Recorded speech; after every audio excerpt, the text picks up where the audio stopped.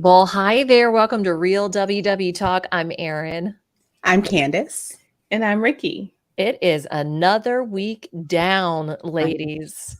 Last full week of August. Can you believe that? Unbelievable. Crazy. We only have 4 months left in the year. No. And that is how many Saturdays? 15 Saturdays? Don't make me do math, Erin. Something like that. That should be very easy. I'm going to claim again chemo brain. I don't know. I've got no excuse.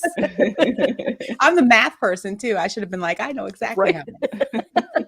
No, I did surprise math on you, so Yes, I don't did. expect surprise math anybody to get it out of the gate. Well, let's talk about our previous week. Yeah. Erin. Me? Yeah. Me? Go ahead. You get us going. How was your week? Let me just say that it was absolute chaos last week in a really good way. And you guys, I had a major mental hurdle that happened. So I didn't even text you guys about this because I wanted to get your reactions in this moment. Okay. So last week, I went out to dinner with my bestie, Tatiana. We met up in Bethesda Summer House. Yes. At Pike and Rose, which is a beautiful area if you're in this area. And that's North Bethesda. North Bethesda. Okay. Still fabulous. So we sat outside and someone sent over a drink to our table. Wow. To me with the number on a napkin. And I was like, what? I was like, I told the waitress, I was like, I think you've got the wrong table. And she goes, no, ma'am, it's for you. And I was like, I don't think so. And she goes, no, ma'am, it's that gentleman over there. And she pointed to this guy.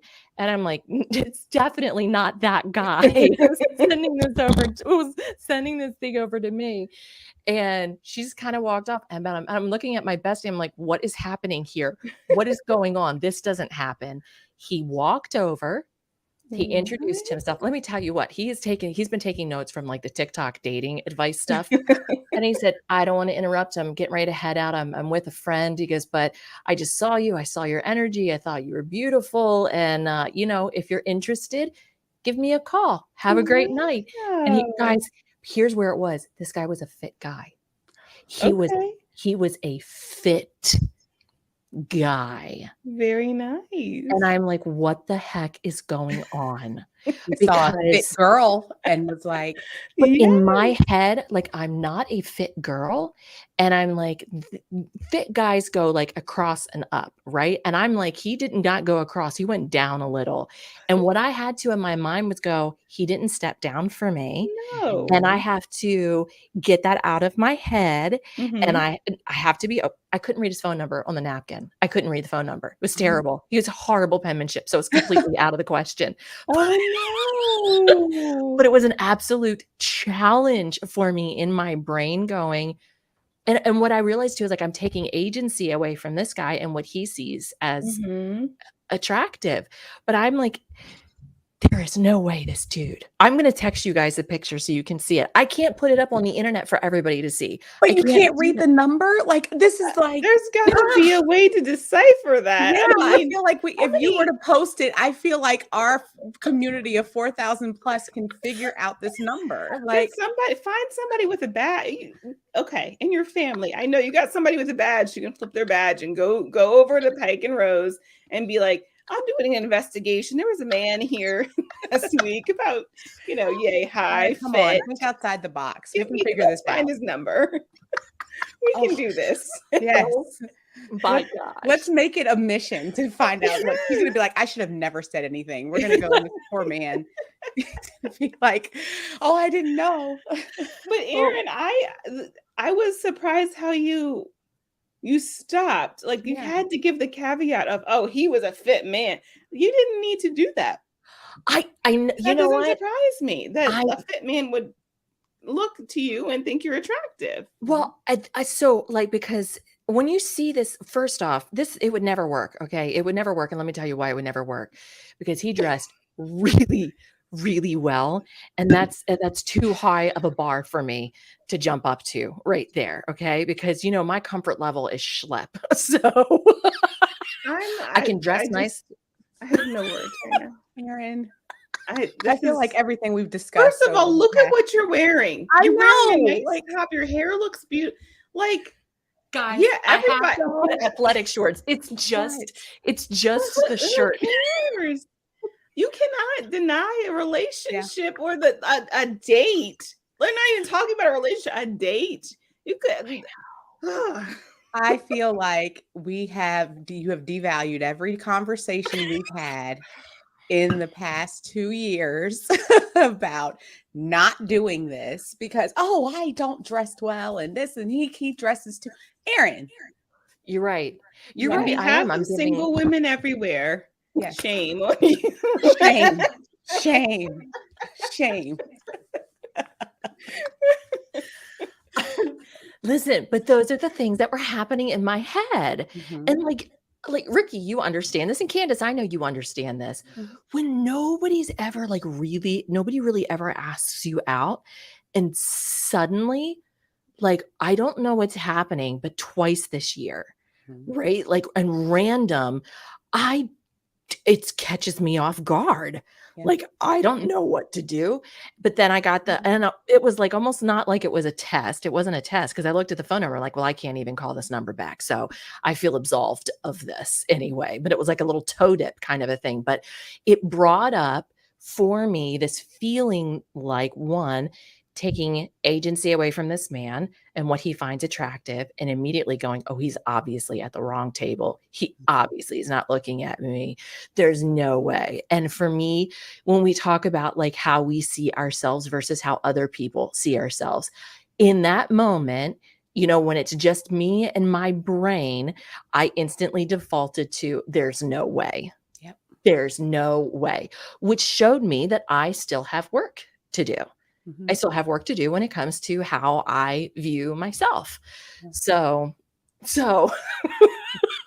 But that's still, again, like you said, it could be that the reason why you're having these experiences this year, second time or whatever, is to highlight the fact that sometimes it takes the mind a longer time to catch up with because you've been able to be positive about the changes you've made in your body and, your consistency and stuff. But there's still that kind of like a negative thought that is still in the back. It's that what do they call the brain pathways that are set to think in one way, and you have to be actively working against that. Yes, the brain pathway is set to nobody sees me. Nobody ever thinks about me in that way.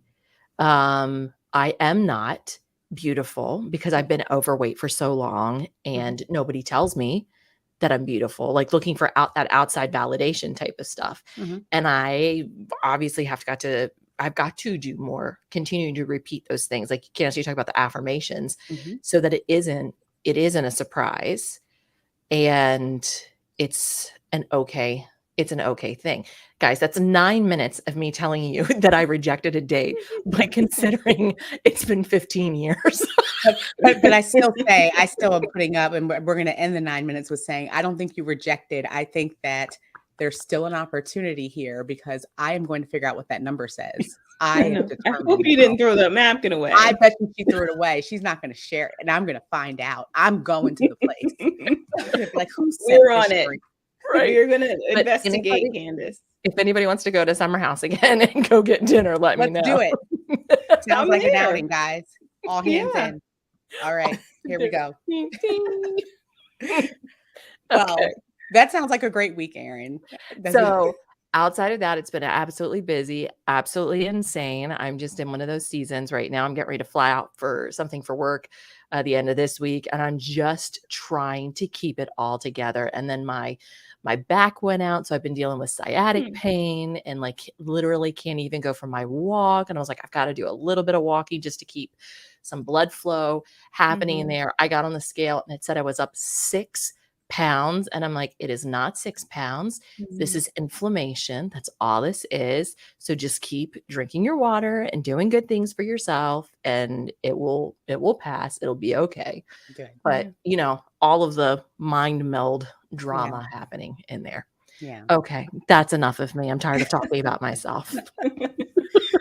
Well, I'm glad you were able to kind of put the gain into perspective. That's also a win. Mhm. That's what Yeah. that I guess I'll go next because that kind of goes into what I dealt with this week, or not really this week. It's every week for the next 12 weeks at least.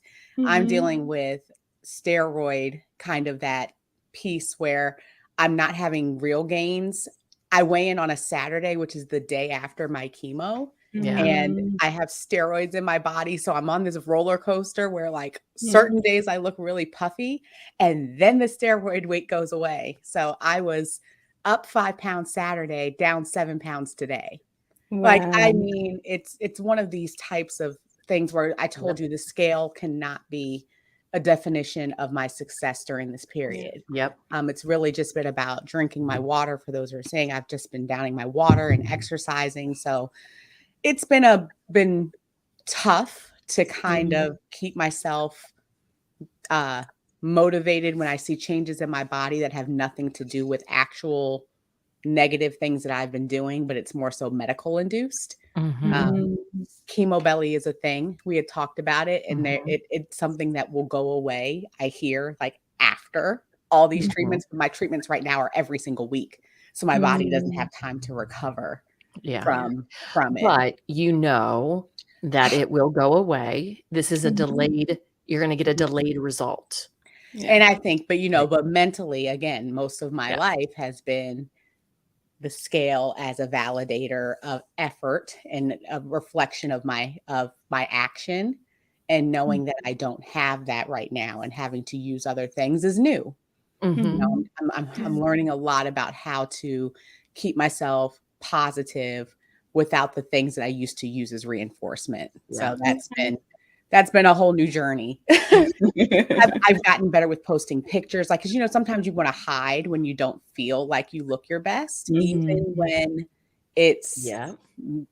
there's a reason for it, but I've been Yeah. really trying to be more intentional about not hiding. So Yeah.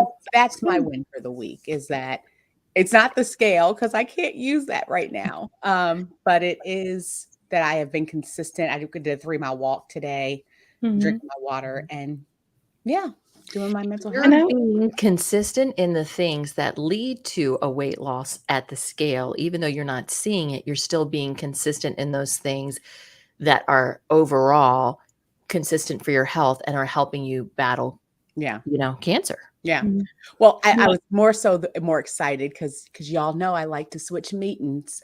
So I was like, I'm going to switch my weigh-in day to the day that I lose 7 pounds, because I don't want it to be Saturdays anymore. But I Uh-huh. didn't do it, guys. I'm still at the Good. Columbia meeting.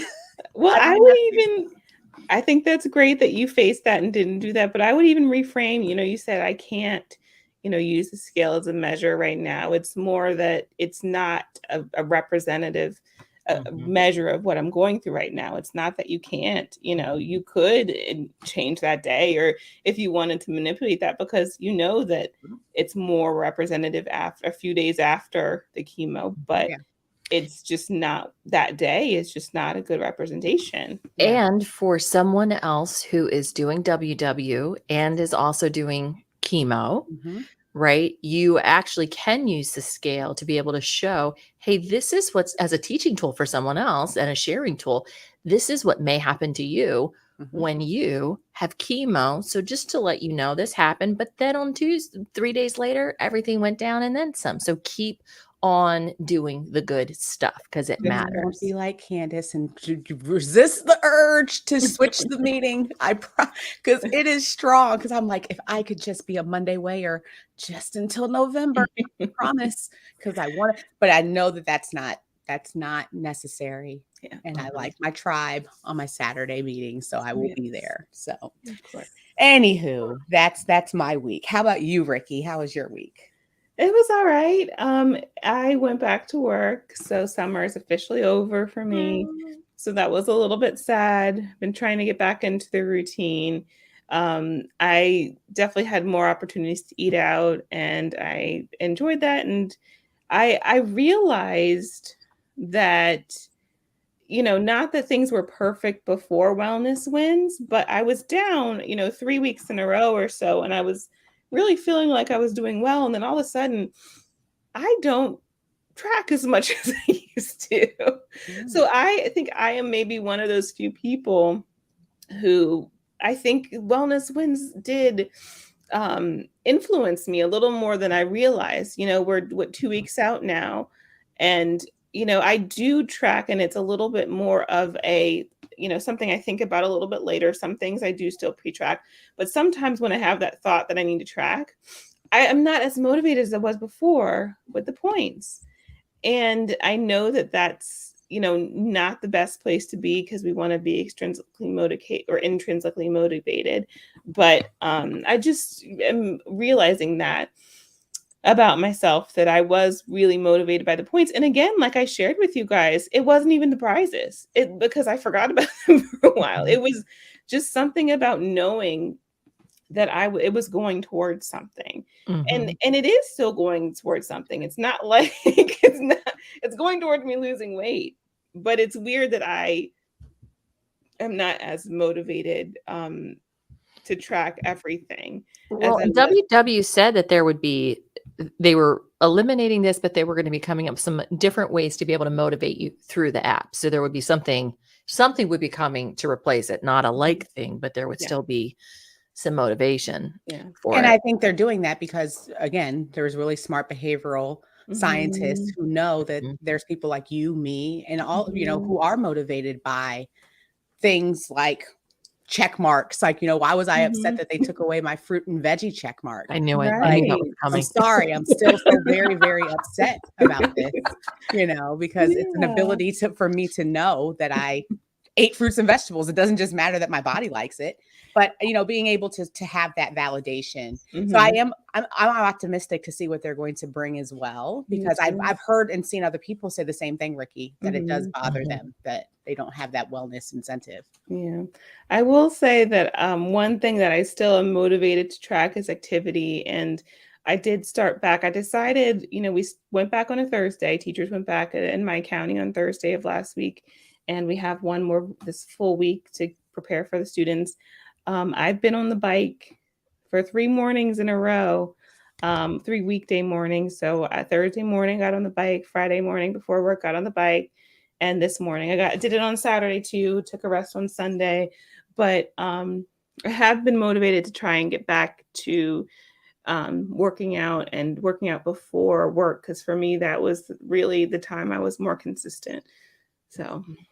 Hey, Ricky, I want to kind of camp there a little bit, because I'm just thinking about you getting ready to go back to school as a teacher, Mhm. families. A lot of WW is also moms who are now prepping their kids to go back to school, or even Mhm. if you don't have kids and school isn't part of it, there's still the change of season that's coming up. We're affected, through traffic on the roadways. We have to kind of adjust our schedules a little bit. So bottom line is we're in a season of change. We're about to make that pivot if you haven't already made the Mhm. pivot. I know in Maryland, in our area, schools begin to go back on Monday. And I think some may have already gone back this week, right? Today. Mhm. So over between now and like the first week of September, it's kind of like this rolling thing. Mhm. Bottom line is it means a lot of structural change, and it takes sometimes a solid week or two to get back into whatever that new habit is. Are you guys feeling it? Are you feeling the busy or the crush of it? And how are you pivoting right now with it? Mm. I know I need to prioritize meal prep again, because over the summer it was easier to just say I'll throw something together when I get home. I know after working with the students, and just having a busy day, the simplest thing for me to do is to go to a drive-through, and that's the worst thing for me personally to do. Some people can, go out with family and have a meal at a restaurant, or you know, have a drive-through item and maybe make a choice to have a salad. Not to say that I couldn't do that either, But right now where I am, I haven't been making the greatest choices when I make the choice to go through a drive-through after work. So for me to have something simple, easy, that's already cooked in the fridge that I just have to throw in the microwave is something I can do to really prepare myself for success. So I think making that time on the weekend. The weekends are precious though. You know, when you get into this season where you don't have, at least coming from the perspective of a teacher, I had a whole week where I could just do anything I wanted during the week. So the weekend was nothing, you know, just another day. But now weekends are so precious that I find I know I could get into the slump of Sunday night, I don't want to meal prep. But I know if I can do that for myself, it'll make the my journey so much more successful. Mhm. Mhm. And in that, not necessarily with meal prep, but for me, exercise is something that, is a big focus for me. So, Rikki, you were talking about the morning exercise. That's going to Mhm. become even more important for me in this season because as we go into fall, the days, that it's going to get darker Yeah. sooner. And, I just, because of how my schedule is, if I don't get my workouts in the morning, I have a fear that I may not be able to fit it in as easily as I have over the Mhm. summer because I felt like I had some of the extra time. So trying to prioritize that by giving myself the reason to wake up, like, I'm going back to sleeping in my workout clothes, which doesn't sound exciting, but that's something that was a help for me to do when I was able to make exercise consistent, you know, and finding those reasons to do it because I feel so much better when I get my workout finished before my day gets started. Mhm. Mhm. And this season just seems, when it seems so overwhelming, it also puts me mentally in a better space. Mhm. I find that I'm more sharp and more alert when I've exercised and done my body good early. So that's something that's going to be important for me. Yeah, I Mhm. think I'm probably a combination of both of you. The exercise is an absolute key. We've talked about that. That's discipline and consistency for me. And then having those easy to grab meals, things that I can just throw in my backpack at work and be able to do lunch at my desk.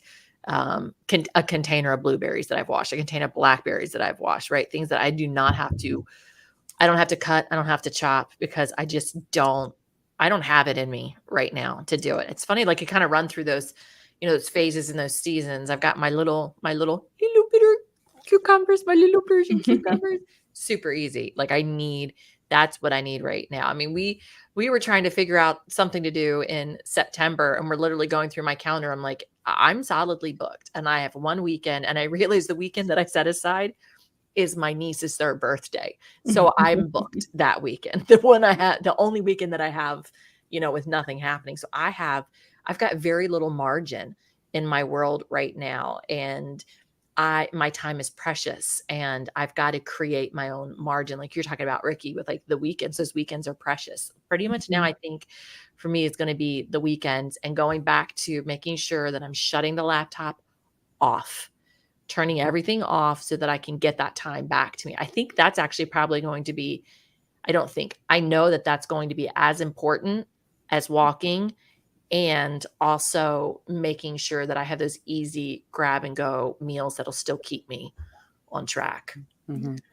One of the things I posted today when we were talking about easy meals, I don't know if you all have heard, and I'm sure it's a concept that's been around forever, but for some reason it's new to me, but the sheet Oh, pan sheet meals. pan meals? Oh Yeah. my gosh. Like I saw one, that Sweet Savory Steph, I like her as a food blogger, but it was like a chicken teriyaki and then it has the Mm. veggies on one side. Like that to me is just such a wonderful concept because I'm looking for things that I can, meal prep in advance and it makes multiple servings that I can use Mhm. in a variety of different ways.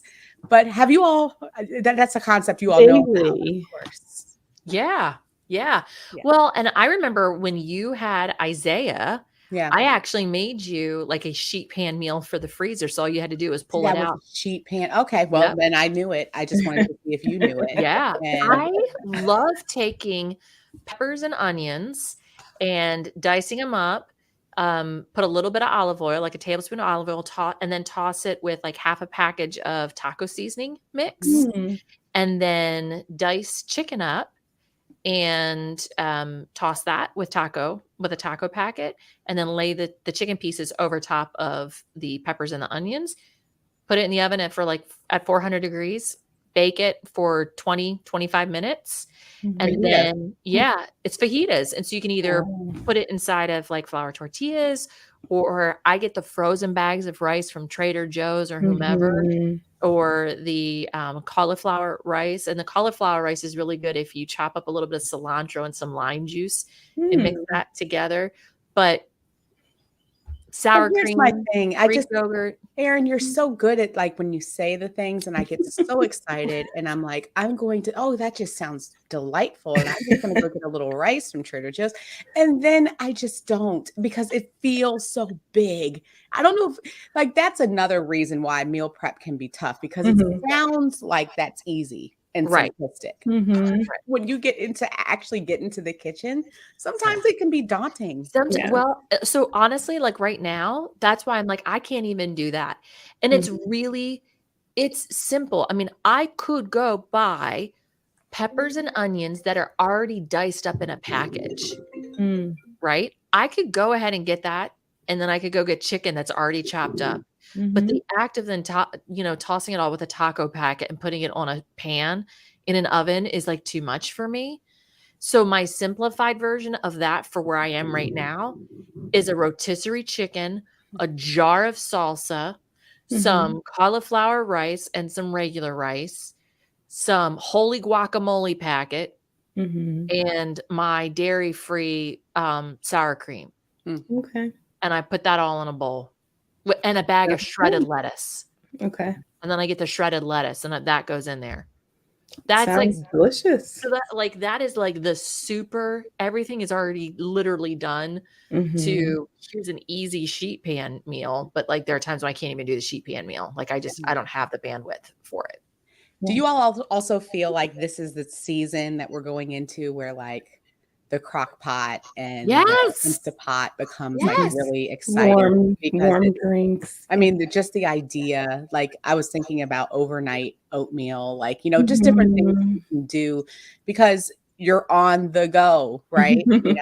And then everything's coming out with like the pumpkin flavored. Oh my goodness. Yeah. Remember that North African peanut soup that I made, the sweet potato peanut soup? Yeah. I can't wait for that. Well, now you got to post it because people are going to be like, yes, you got to share it. You got to share it. I gotta go find the recipe. Who did that one? I've got to find it. That's so good. Because I think that's how we get through, honestly, with all the changes and stuff. I personally am doing well with finding things to be excited about because we get into a routine with our food even during the summer. Like it's like, okay, maybe that's the salad and smoothie season, but I need something to jazz up, my lifestyle, or to jazz up my palate when I'm going through all of these changes as well. So, maybe that's something that I can focus on too, is what are some easy, exciting things that I can add that are not hard. I think that's maybe the question going into a new season. Instead of we talked about having an open-handed approach, right? Not having closed hands. A closed hand is everything's changing. I've got to, change how I'm doing this, and I'm finally in a routine. And then maybe the question is, what can I be excited about in this new season? What is exciting that I can embrace within this? Well, one thing to add to that is just, there's a whole wonderful season before it gets really, really cold. I love fall. And one of the things I love about it is all the activities that I do. And I tend to not love being outside, but in the fall, it's tolerable. Like the weather is cooler. You can go to the pumpkin patch, and there's things that like going for a walk when it's crisp and cooler, I don't like cold weather, but I feel like with the exception of these past like week or so, no one wants to be outside when it's 95 plus degrees and then it feels like 102. It's just unbearable and you haven't even walked anywhere. So the excitement of the change in the weather, like even though it is harder to find the time if you're working up until, when it gets dark, but, maybe it's a walk during lunch, or maybe it's an early morning walk if it's, light enough to do that. And it feels good to do it because it's not so hot. And I'm also, I'm in a really unique season of really wanting to rush through the season because I'm ready to get to a different stage in my treatment where I'm like, chemo's done, but also trying to stay in the moment, when you're thinking about, like you said, enjoying the fact that I can go for a walk when it's nice, cool and calm out, crisp weather, and enjoying the changing of the leaves and, all of the things that are exciting to me about fall. My fall is my favorite season. So I don't know, but change has always been really difficult for me. It's always been something that I would say I was change averse. I've always wanted to stay with what I know and, in the routines that I have. But finding the beauty in change is something that you have to be intentional about. And I do think it's by finding those things that you know from the past that you love that come with change, instead of focusing on what may be perceived as the negatives, like the hustle and bustle, because the hustle and bustle is real. I mean, It there's is nothing, real. we can say, oh yeah, I have everything going on, but when you're going through it, it can be overwhelming,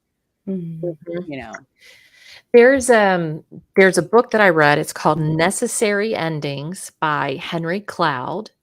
And I think I've told you guys about this book. And it's about how endings are good things and how to create endings in your world, which doesn't feel like the most positive thing in the world, but it is. And he was saying that we tend to hold on to things far longer than we should. And if we just simply observe the seasons, the seasons are about letting go and creating new things. And also just even observing, especially when we're looking at fall and winter and things that are planted and things that take root below the surface that blossom in spring, right? That when we stop and we even look at our own selves, what are things that we need to let go of? What are things that we need to shed so that new things can take root and blossom in just a few short months? And so even looking now for us moving into fall, like what are things that we need to be open-handed about and let go, and then embrace knowing that new and beautiful things still come. There's beautiful things about winter. There's beautiful things about fall, but we can't always take the things from summer with us into it. We can't take the things from fall into winter. And if we try and carry all these things, the next thing we know, we just have this really heavy backpack filled with old stuff that doesn't serve us in whatever that season is. But I just thought I would put that out there as a resource. It's called Necessary Ending. It leans a little bit more on the business side, but he addresses the personal stuff in it. And it's helped me reframe how I look at how I hold on to things. I struggle with letting go. And yeah, it's a good book. And just with challenging. struggling with the fear of letting go, what is it specifically, that's probably, but what is it about letting go in a general sense that you think causes you fear? That's a great question. That's one that I'm still figuring out. What is it about letting go? Sometimes it's just because I've finally become comfortable, and letting go means not so much change, but I feel like I finally have tools and resources, and I'm at a place where I can operate and run. And now I've got to maybe stop, and I've got to learn something new. I can't run as fast or run as effectively as I was before. So I think it's a little bit of that. And I also think, like, even when it comes to relationships, like I always hope for the best in something. And I'm a fixer and a problem solver. And there are times where you can't fix something. You can't, and I'm not talking about, marriage or covenant relationships, that kind of thing, but I am talking about, sometimes there are friendships that just run a life cycle, right? Or maybe there's for you employment, or, there are just some things that run a life cycle, and you just have to be able to let it, stop controlling it. I think that's probably the deeper side, is stop trying to control it with the way that you think that you can, Erin, by fixing, helping, pouring into it. And you just have to kind of take a step back and let it run its natural course. Don't force something into somewhere it doesn't want to be. And And Rikki, you've talked about letting go, when we were, how that's been a challenge for you too. I mean, have you found that you've gotten better with that over the years, or is it something you still struggle with? I'm still learning to let go of things. I think it's hard because I think as women we also do like tend to remember a lot of things. We remember a lot of interactions. We remember, maybe that one negative thing that someone made, a comment about my legs when I was in high school, at working at a daycare center, or someone said something about a shirt, or someone gave me a look, or or there was an opportunity that I perceive as a missed opportunity. And I would keep wondering, what if, and almost like Candice, you talk about the stories we tell sometimes. And I've told myself a story that, oh, if I had chosen that, or if I had done that at this time, then XYZ would have happened. And, I'm making that all up. Like, I don't know that what would have happened. So I think I have to remind myself to stay in the moment and remember what is true, what I know to be true.